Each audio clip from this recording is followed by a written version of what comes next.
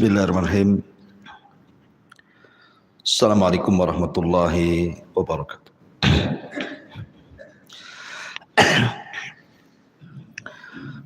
Alhamdulillah wassalatu wassalamu ala Rasulillah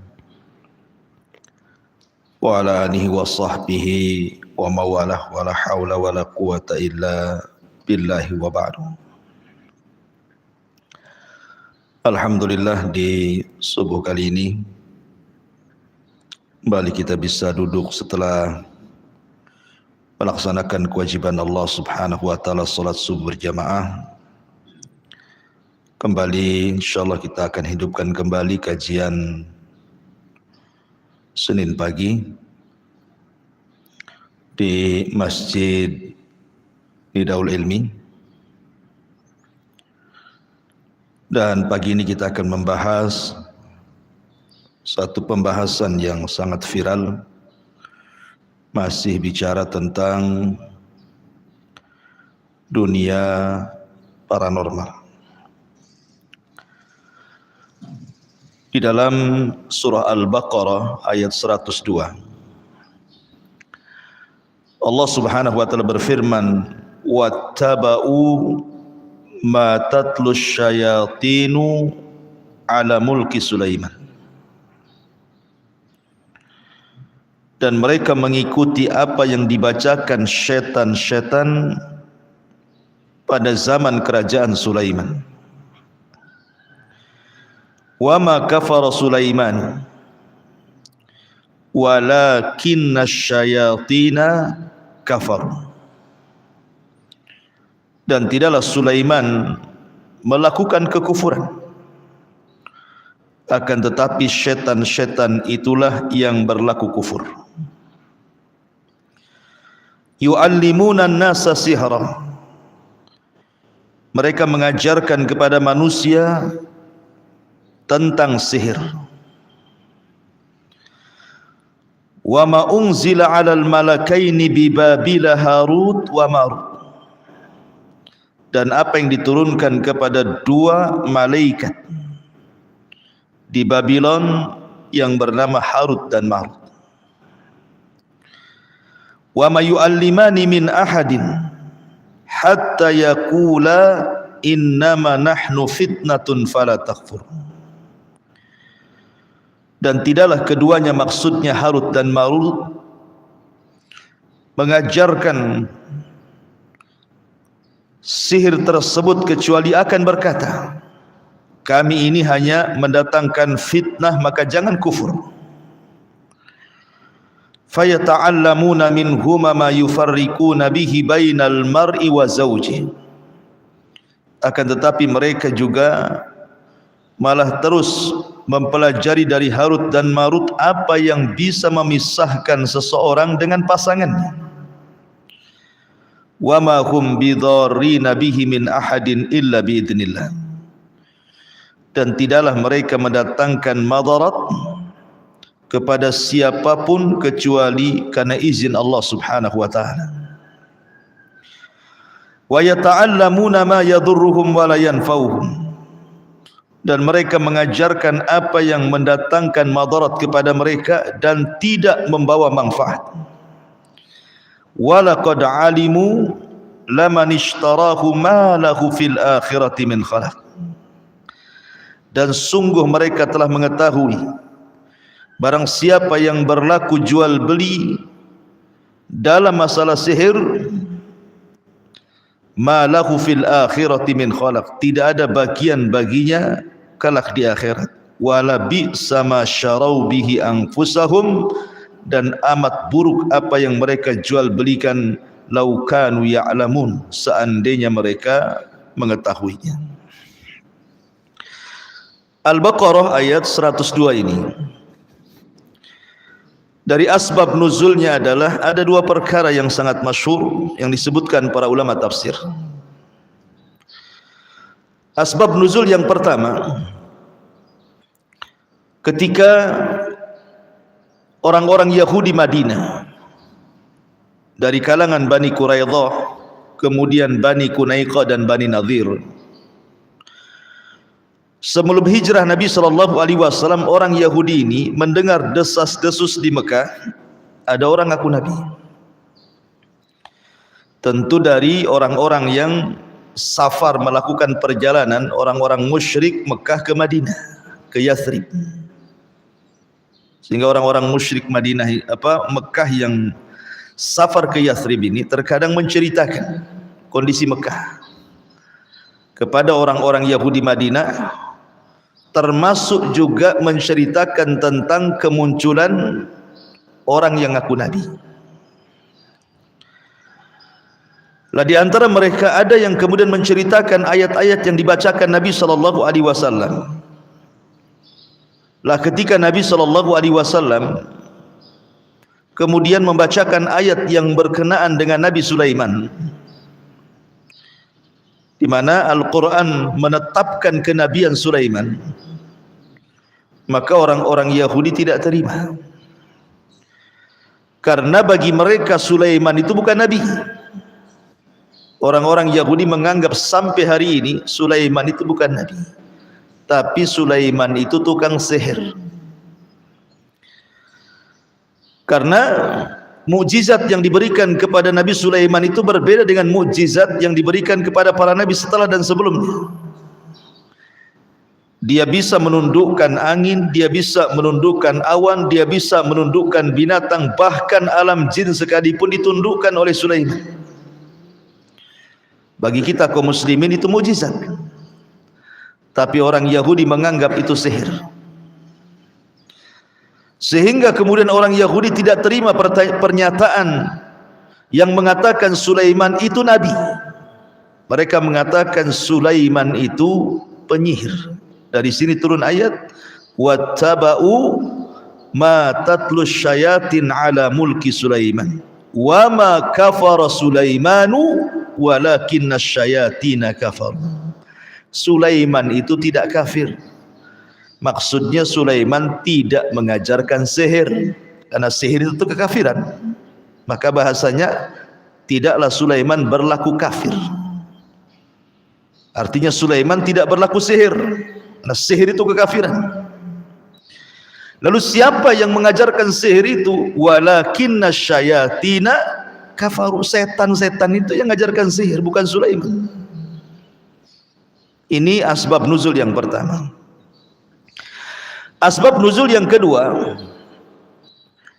ketika para pembesar musyrik Arab Quraisy, mereka ingin tatabbu, mencari tahu tentang akhbarun Nabi, kabar tentang kenabian Rasul sallallahu alaihi wasallam. Apakah dia, maksudnya Rasul itu tukang kibul atau memang betul dia seorang nabi? Masalahnya orang-orang musyrik Arab itu kan tidak punya maklumat kenabian sama sekali.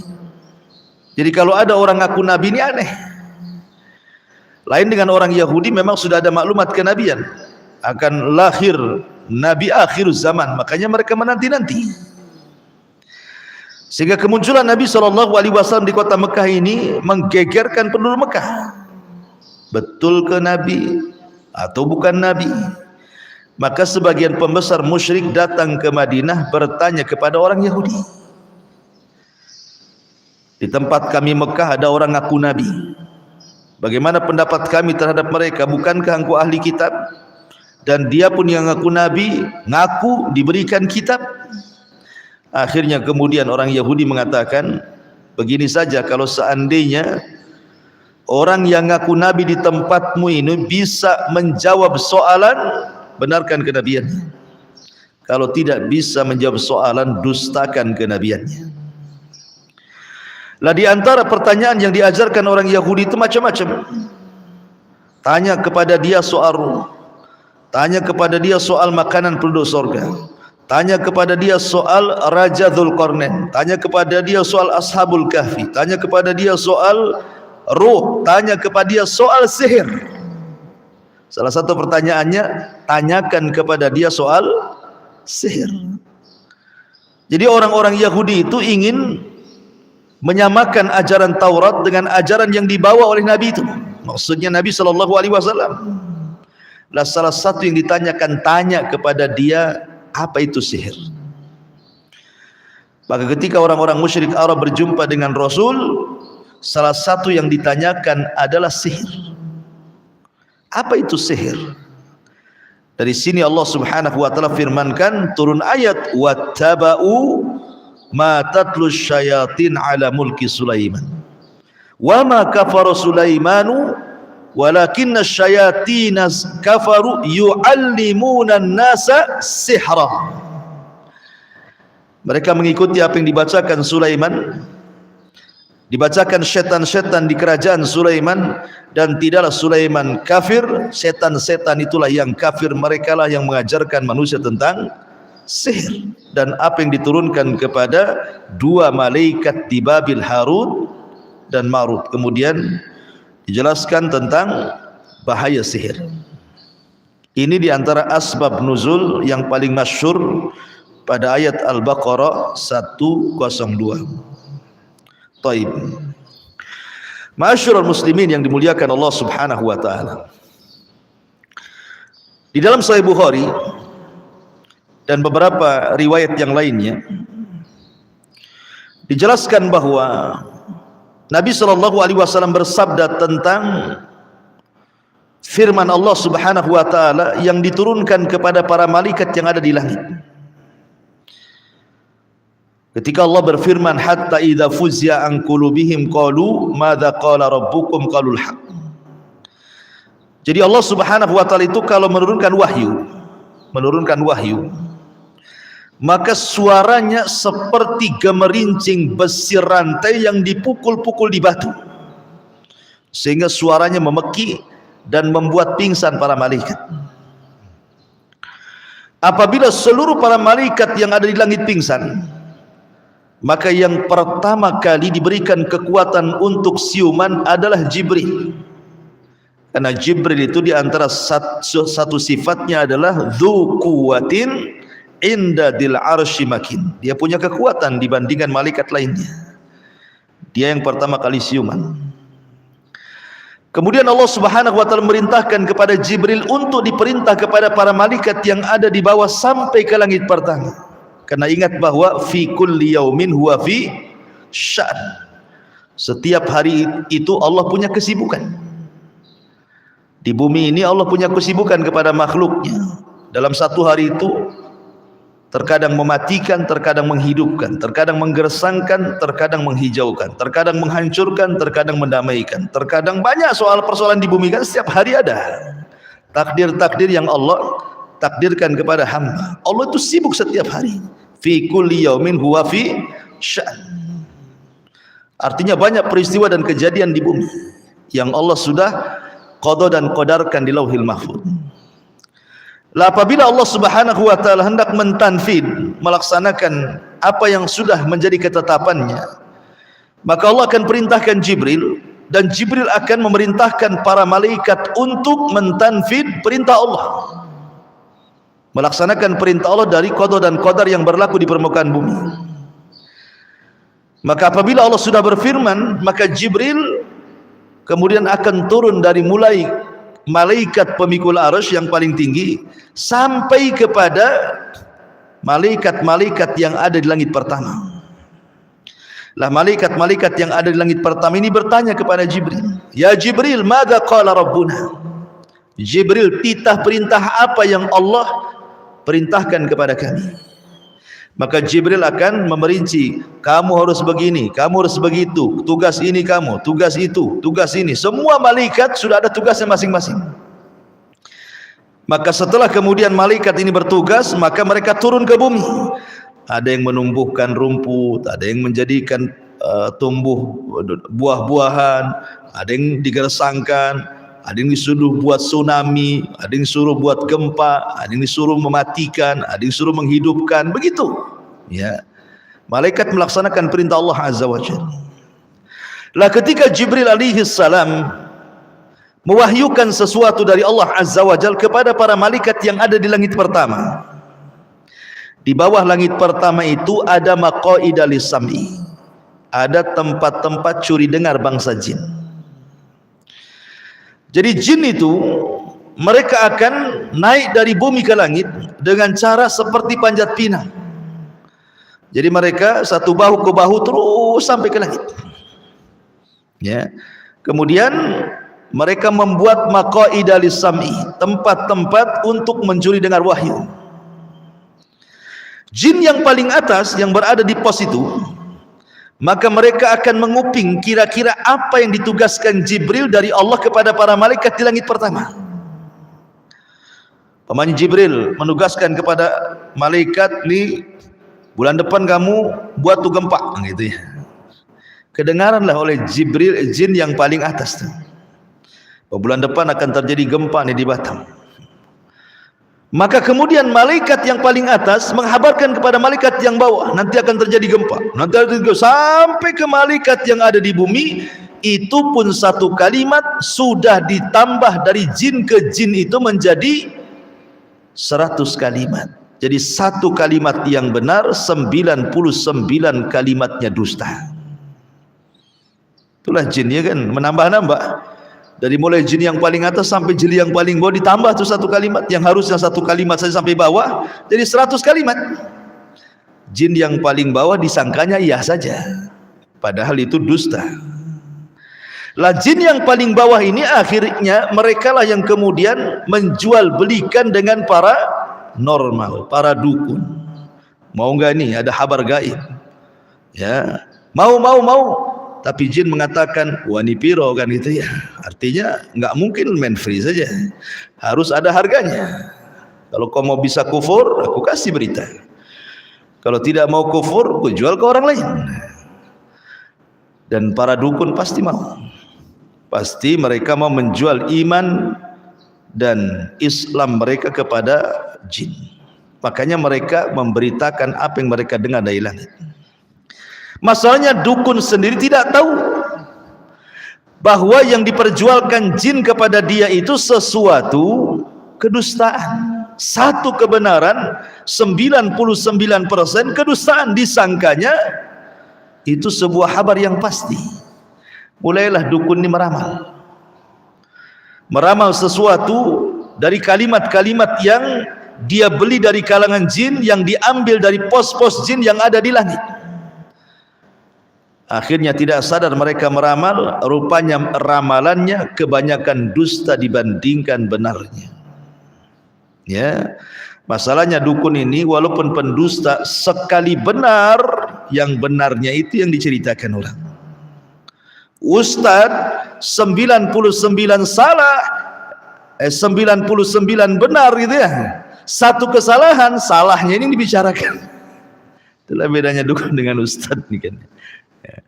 Ma'asyiral muslimin yang dimuliakan Allah Subhanahu wa taala. Dari sini kita tahu bahwa dunia perdukunan itu sangat lengket dengan kerjasama antara mereka dengan jin. Itu kesimpulannya.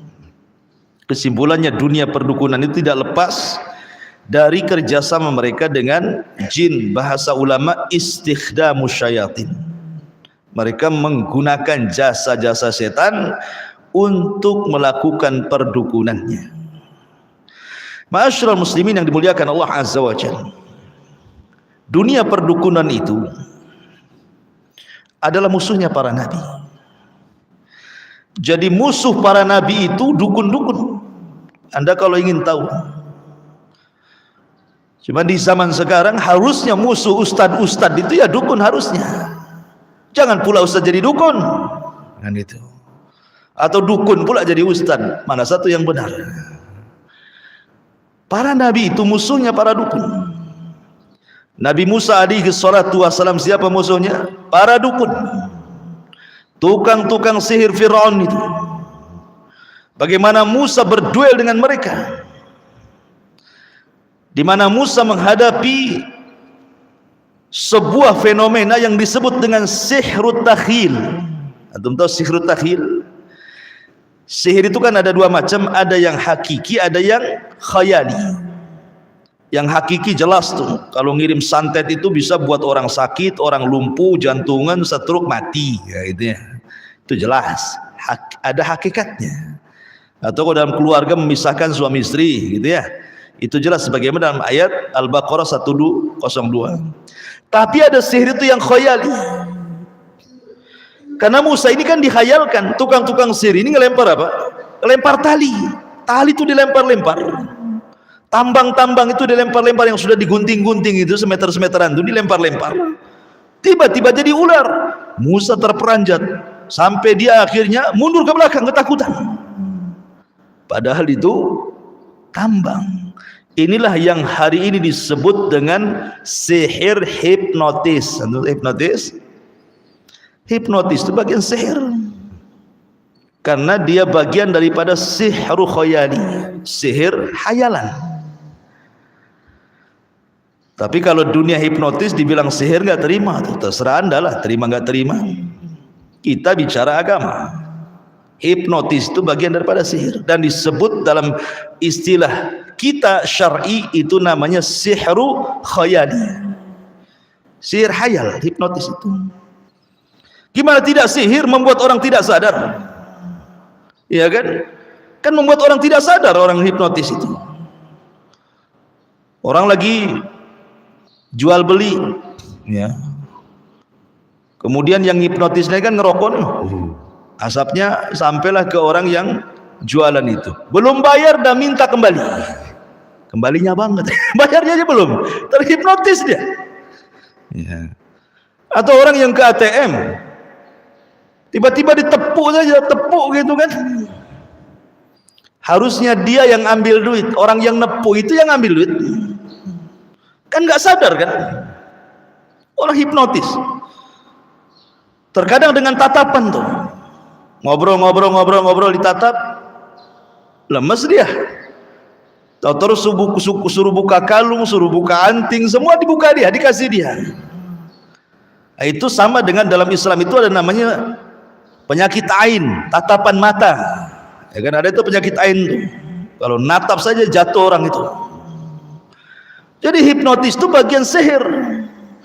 Apakah dengan media asap, apa dengan media tatapan, apakah dengan media tepukan, ataukah dengan media macam-macam lah kan itu ya. Kadang-kadang disuruh melihat benda, kefokusan gitu ya. Kemudian tidak sadar. Yang paling bahaya dalam hipnotis ini terkadang dijadikan oleh para misionaris untuk memurtadkan orang. Coba bayangkan, ada orang-orang susah nih, kemudian direkrut sama mereka kan, dimasukkanlah ke tempat ibadah-ibadah mereka. Nanti dihipnotis tuh, dibaptis tuh, disuruh murtad. Ini yang paling bahaya dalam dunia hipnotis ini.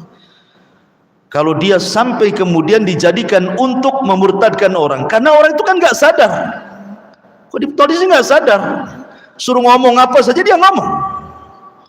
Atau mungkin dibuat ragu-ragu ketika dia terhipnotis itu bahwa Islam itu agama yang kurang bagus, agama yang tidak hak.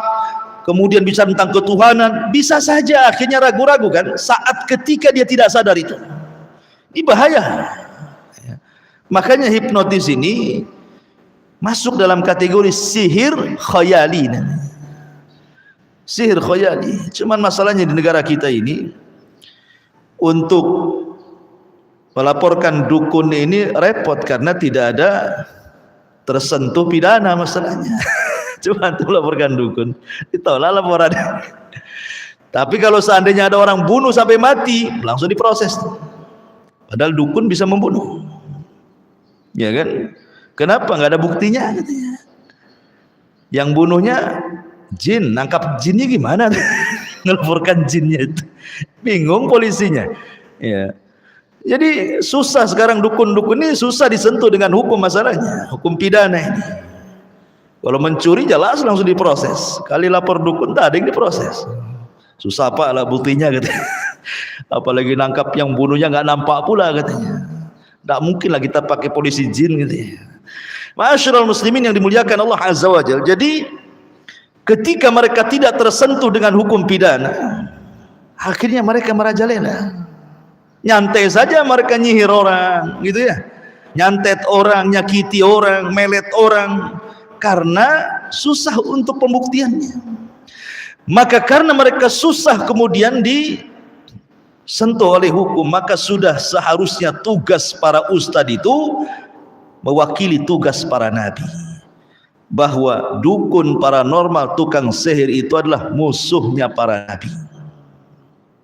Maka kita para ustadz harus memusuhi mereka. Bahkan bukan hanya para ustadz, kewajiban setiap muslim wajib bangkit memerangi para dukun.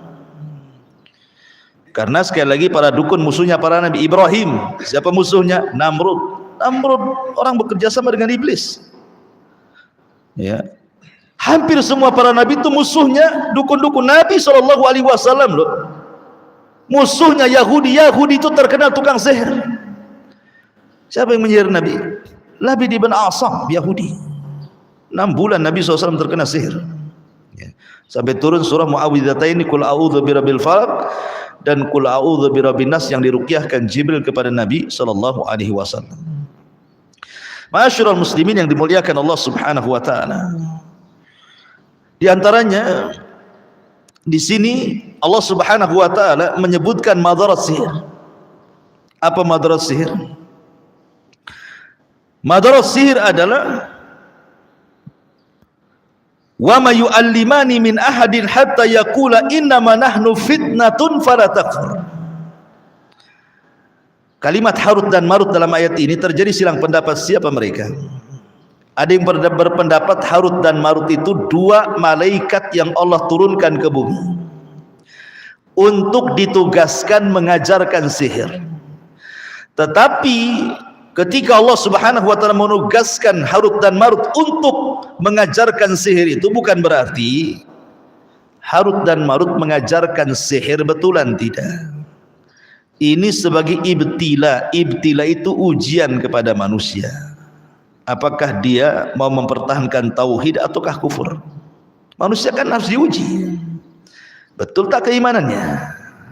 Makanya Harut dan Marut mengatakan fala innama nahnu fitnah fala takfur. Saya ini fitnah saja, ujian bagi kalian. Jangan kalian kufur.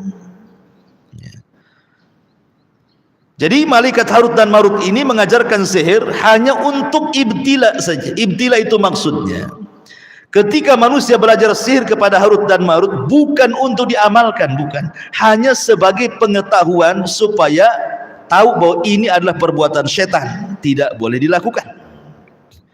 Seperti penyair Arab mengatakan, araftu syarrana li syarri walakin litawaqqihi wa man lam ya'rifu syarra minal khairi fawaqa'a fi. Kata penyair Arab, aku mempelajari keburukan bukan untuk diamalkan, tetapi aku mempelajari keburukan itu supaya mudah ditinggalkan. Karena orang yang tidak mengenal mana baik mana buruk itu pasti terjerumus kepada keduanya. Makanya ketika kita mempelajari tauhid, pelajari syirik juga. Ketika mempelajari sunnah, pelajari bid'ah juga. Ketika mempelajari ketaatan, pelajari maksiat juga. Tetapi bukan untuk diamalkan kesyirikan, bid'ah dan maksiat itu biar mudah ditinggalkan. Kita membahas tentang syirik dan macam-macamnya, bahaya syirik dan akibatnya. Bukan kita ingin mengamalkan syirik supaya kita tahu oh ini syirik, nggak boleh, kan itu maksudnya. Lah Harut dan Marut mengajarkan sihir itu seperti itu maksudnya. Hanya sebagai pengetahuan supaya orang tidak mengamalkan sihir dan orang tahu sihir ini adalah perbuatan syaitan, itu saja. Tapi apa yang terjadi? Sebagian orang Yahudi ada yang mau mempelajari di Babil, ada juga yang tidak mau mempelajari. Ini satu pendapat, ya. Karena ketika Harut dan Marut diturunkan itu setelah kejadian Sulaiman meninggal. Jadi sebelum Sulaiman diutus itu, negeri Babylon itu adalah negeri yang penuh dengan gudang kesyirikan, gudang sihir, gudang perdukunan. Di mana-mana sihir, di mana-mana dunia perdukunan, bomo paranormal itu menyebar luas merajalela di negeri Babil. Makanya diutus kepada mereka seorang nabi dan raja, Nabiullah Sulaiman alaihi salatu wassalam, untuk memberantas dunia seperti itu. Dan betul Sulaiman berhasil memberantas dunia perdukunan dan sihir dengan mengambil semua kitab-kitab sihir dan meletakkan di bawah singgasananya. Kemudian mengancam siapa yang mengambil buku ini maka ku bunuh dia, dan kalau dari kalangan syaitan maka dia terbakar.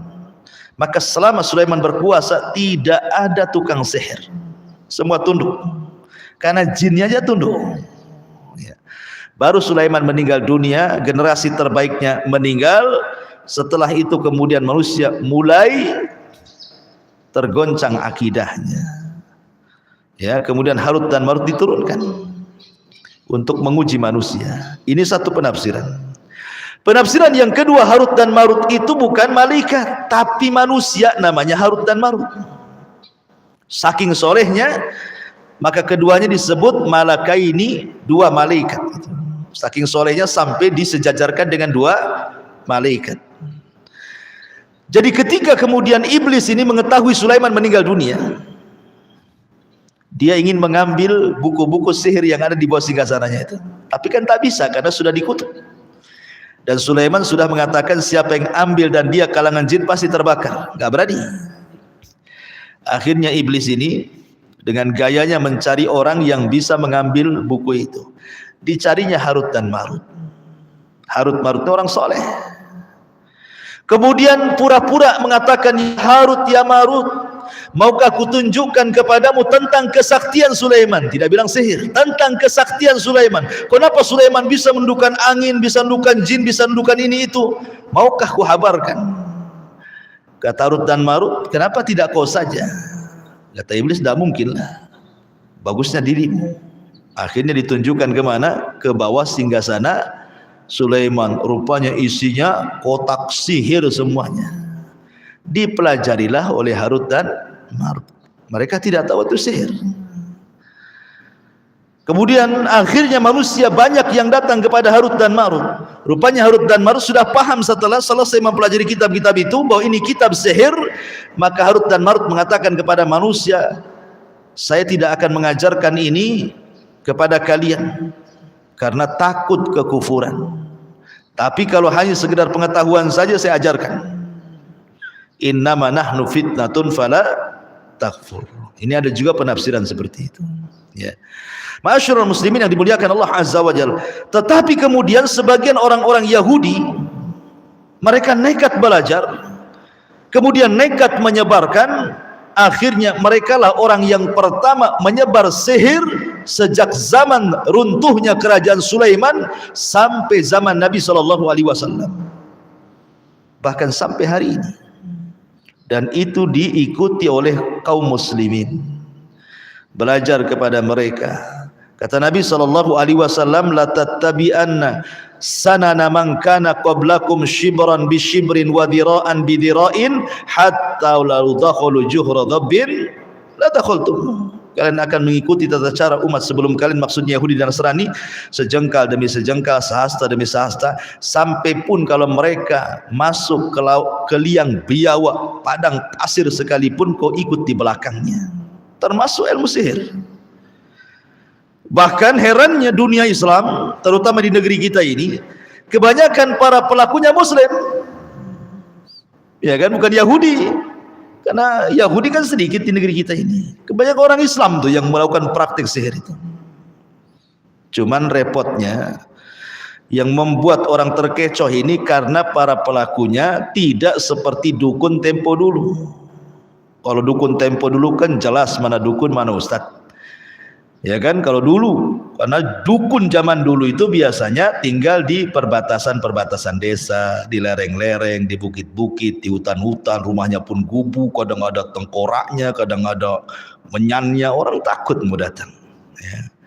Sekarang udah nggak laku, jadi dukun udah turun gunung, ya kan? Bahkan lebih penampilannya lebih ustad dibandingkan ustad lagi, jubahnya berlapis-lapis, ya kan? Sorbannya sampai terjulur ke tanah kadang-kadang, pakai tongkat wali, ya, pakai tasbih karomah, pakai sholawat, pakai takbir. Kesannya pimpinan pesantren, disodorkan Quran suruh baca tak bisa baca, disodorkan kitab gundul suruh baca tak bunyi, tapi kalau mantra paling hafal. Manusia dibodohi dengan istilah mereka kiai-kiai, ustad-ustad yang jebolan luar negeri, yang mereka hafal semua bab-bab agama, tidak bisa melakukan apa yang mereka lakukan. Tidak bisa.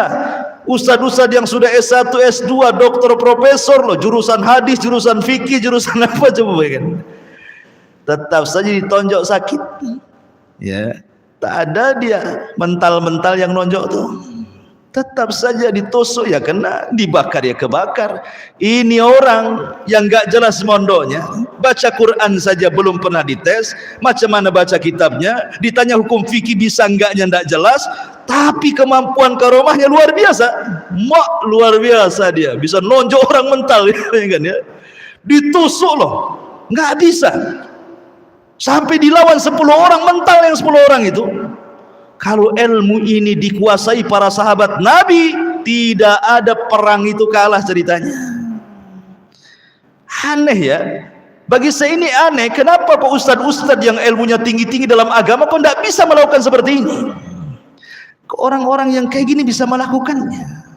Persis seperti apa yang dikatakan Imam Syafi'i rahimahullahu ta'ala, idza ra'aita ar-rajula yamshi 'alal ma' wa yatiru fil hawa. Kalau engkau melihat ada seseorang yang berpenampilan agama, mampu berjalan di air, mampu terbang di atas langit, maka lihat amalannya. Kata Imam Syafi'i, kalau amalannya mencocoki Al-Quran dan Sunnah berarti wali-wali Allah, kalau tidak berarti wali syaitan. Wali-wali syaitan. Coba bayangkan, kita lihat para kiai-kiai itu ya, di Jawa yang mondoknya lama-lama, punya pesantren gede-gede. Adapun karomah-karomahnya yang seperti mereka kan itu ya, bisa dia makan beling, makan paku, makan kawat, semua dimakan. Dimakan dia. Makan pondasi bangunan. Bisa dia makan. Kebal bacok, kebal bakar, kebal beling, semua kebal. Yang herannya sok tahu yang gaib. Sampai ada cerita, ada dukun kelahi sama istrinya. Karena kelahi cekcok, istrinya kabur. Sudah 1 bulan baliklah istrinya ini. Kata suaminya, lu dari mana aja? Gua cari tak ketemu katanya. Mak, dukun ini tak tahu yang gaib. Ngapain lah ngomong sama istrinya kayak gitu? Kalau dia tidak tahu yang gaib atau sok tahu yang gaib, tidak perlu dia ngomong gitu sama istrinya kan. Dari mana saja kamu? Ku cari ketemu-ketemu katanya. Berarti ini dukun abal-abal, dukun cabul. Ma'asyiral muslimin yang dimuliakan Allah Azza wa Jalla. Ya, karena mereka itu hakikatnya tidak tahu yang gaib. Mereka itu para pendusta. Ma'asyiral muslimin yang dimuliakan Allah Azza wa Jalla. Sudah jam 6. Nah, ini diantara faedah daripada surah Al-Baqarah ayat 102. Sampai di sini. Subhanakal bihamdika asyhadu an la ilaha illa anta astaghfiruka wa atubu ilaik. Allahu ta'ala. Assalamualaikum warahmatullahi wabarakatuh.